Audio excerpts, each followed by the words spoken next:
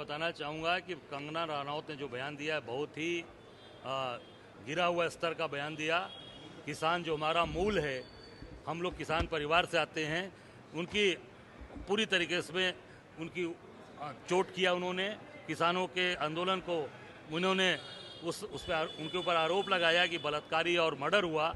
मैं समझता हूं कि कंगना रनौत को पूरे देश के किसानों से माफ़ी मांगनी चाहिए और भारतीय जनता पार्टी को तत्काल उनको निष्कासित करने की कार्रवाई करनी चाहिए। नहीं, लेटर जारी करने से अनुज जी कुछ नहीं होगा। आप कार्रवाई करिए, निष्कासित करिए, क्योंकि भारतीय जनता पार्टी के सिंबल पर वो कमल के फूल पर चुनाव जीत कर आई हैं।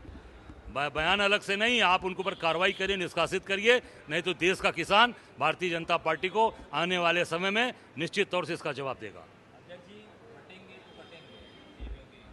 नहीं, ये सीएम योगी का यही फार्मूला, और कोई रह नहीं गया, क्योंकि काम तो करना नहीं, रोजगार दे नहीं पाए, काम कर नहीं पाए। और आप इनसे पूछना मैं चाहूँगा कि आप जो आज बनारस के अंदर इन्होंने इतनी बड़ी यात्रा निकाली, तो पूरे देश के लोग ये जानना चाहते हैं कि शेख हसीना जी को कहाँ छिपा रखा है योगी जी। इसकी भी जानकारी मोदी जी से पूछकर बताइए। असलियत जनता के सामने आना चाहिए, जनता जाने। और इनको पूरी तरीके से ये बड़ी बड़ी बात बोलते हैं पर असलियत पर नहीं आते।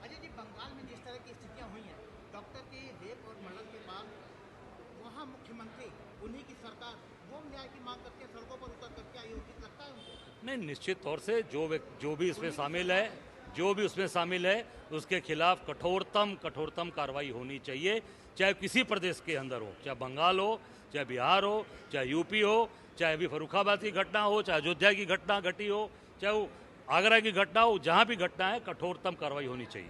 अच्छा अध्यक्ष जी, पहले तो पुल गिरते थे, अब मूर्तियाँ भी गिरने लगी। 8 महीने पुराने 2 करोड़ 36 लाख की लागत से। हाँ, ये आपने बहुत ही अच्छा सवाल किया कि आप देख सकते हैं कि हमारे छत्रपति शिवाजी महाराज जो गौरव के प्रतीक हैं हमारे देश के लिए, हमारे राष्ट्र के लिए, उनकी 35 फुट की मूर्ति गिर गई।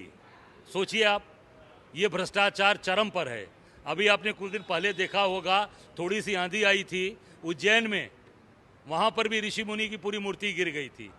अभी कुछ दिन पहले आपने देखा होगा राम मंदिर के अंदर भी पानी नीचे टपक रहा था। वहाँ के मुख्य पुजारी सत्येंद्र दास जी ने आरोप लगाया। एयरपोर्ट, लगातार कई एयरपोर्ट गिर गए और मैं समझता हूँ किसी भी संस्था पर कोई कार्रवाई नहीं हुई, किसी भी संस्था के लोगों को जेल नहीं भेजा गया। मैं कहना चाहूँगा पर मोदी जी से कि जो ईमानदारी के प्रतीक बनते हैं उनको तत्काल जिस मूर्ति छत्रपति शिवाजी महाराज की मूर्ति का आपने अनावरण किया था, जो भी उसमें संस्था के लोग हैं उनको तत्काल कठोर से कठोर कार्रवाई हो, उनके ऊपर रासुका के तहत कार्रवाई, उनको गिरफ्तार करके जेल भेजा जाए। उपचुनाव में मिलकर लड़ेंगे, 10 की 10 जीतेंगे। हमने 5 सीट की डिमांड अपने केंद्रीय नेतृत्व को बताया है, बाकी तय केंद्रीय नेतृत्व करेगा और हम मिलकर लड़ेंगे और डंके की चोट पर जीतेंगे।